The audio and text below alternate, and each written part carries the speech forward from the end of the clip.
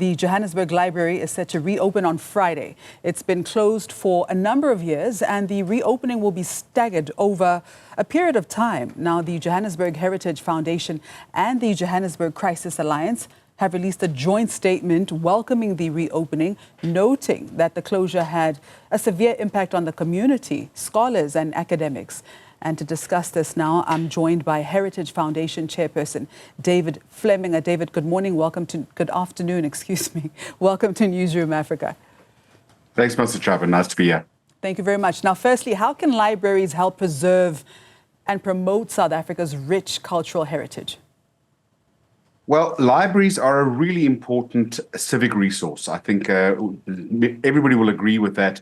They fulfill a number of functions. There's the literacy function, of course, having access to books, and most libraries run reading programs and literacy programs for school kids all the way up to adults. So there's the very real direct access to books and reading material. There's also, in the case of the Johannesburg City Library, a huge and very important archive, a repository of knowledge that dates back to the founding of Johannesburg. And a lot of this material doesn't exist anywhere else. It only exists in the library. So for any researchers, historians, academics, school students who are looking to do some research, that is the only place they can go to access this very rare and valuable material. There are also things like, in this case of the City Library, over 100 workstations with free Wi-Fi that allow the local community to come in and access the internet if they don't have the means in their own homes. And there are a huge number of things. What they are is they're a very important third place. Third place is a kind of a concept. They say not a home, not a workspace, but a third place where people can gather, people can learn, people can get together, communities can access. And it becomes an important central point for many local communities around the city and around the country. And what other specific programs or initiatives does the Johannesburg Heritage Foundation have you implemented to promote heritage education, especially in light of the fact that, more and more, as a result of the digital migration, we are seeing that we are losing the reading culture?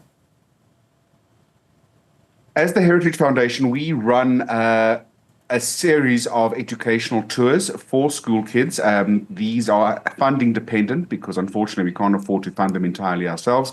But these tours are put out to schools from various backgrounds. And what we want to do is we want to get school kids into historic environments, historic houses and other historic places, give them a sense of the history, give them a sense of our shared heritage, and get them excited about heritage and about the amazing, rich, diverse, layered history that we all share and that contribute to our identity.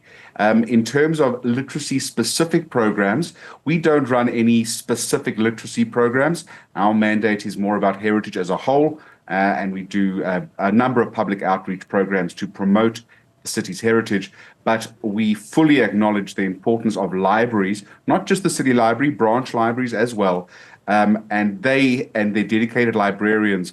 That's exactly their function and their task, is to make books available, encourage a reading culture, encourage literacy, and give people a safe space where they can come in off the street, access books, enjoy themselves, and fall in love with reading, hopefully.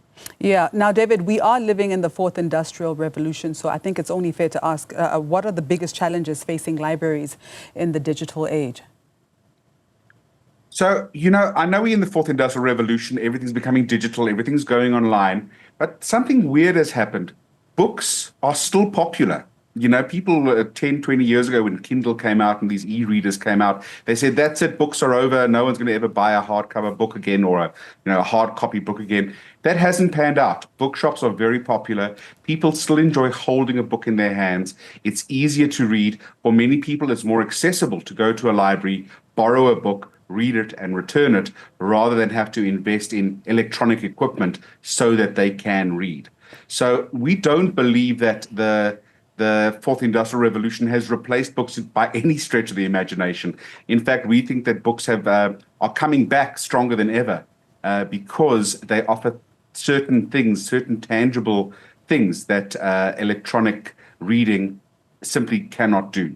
I do fully believe that the internet and all the technology we have has certainly widened our scope. We can access books and texts from all over the world with much greater ease than we could in the past. But nevertheless, there is something to be said about going to your local library, checking out, browsing the books on the shelves, checking out a book that appeals to you, taking it home and enjoying that book. And that's not even mentioning the actual research and educational function that some of these fair enough. But the reality is that the numbers of people who would prefer to have a physical book in their hand versus the number of people who would just prefer to consume information digitally has dwindled. That's the reality. So have you perhaps maybe thought about repurposing these libraries, maybe to convert them into recreational centers for youth, for instance? Is that a conversation that you might have?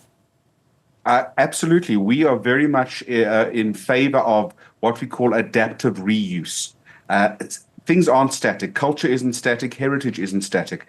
We like to have our heritage resources and our civic resources, for that matter, we like to have them be updated and adapted.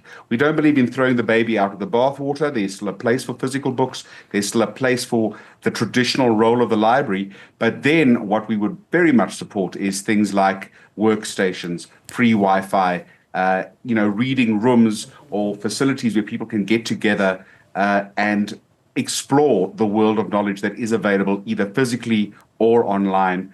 And yes, we would absolutely support the responsible and the sensitive adaptation of our existing library resources to embrace a more holistic community perspective in terms of gathering spaces, in terms of meeting rooms, in terms of community centers. We think that resources should definitely be allocated by the authorities to allow our libraries to develop and grow in a way that's appropriate for the modern age. And David, now that you speak about how you envision the future of libraries in South Africa, how can libraries ensure their relevance in a world where information is readily available online?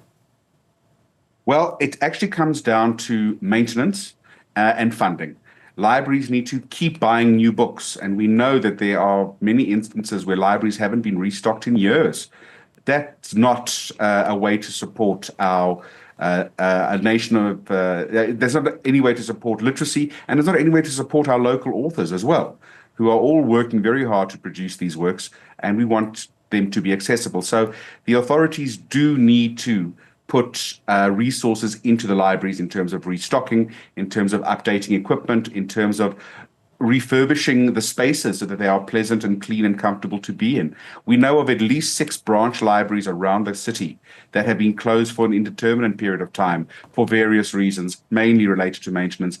And we are in touch with community members who are really working hard to force the authorities to get these libraries reopened. Our focus was the city library because it is such an important repository of knowledge and such an important resource for the wider city, but we very much support the branch libraries in the suburbs, in the communities further out from the city centre, because we know that libraries are important and they have a role to play. They just need support, funding, and the correct amount of attention.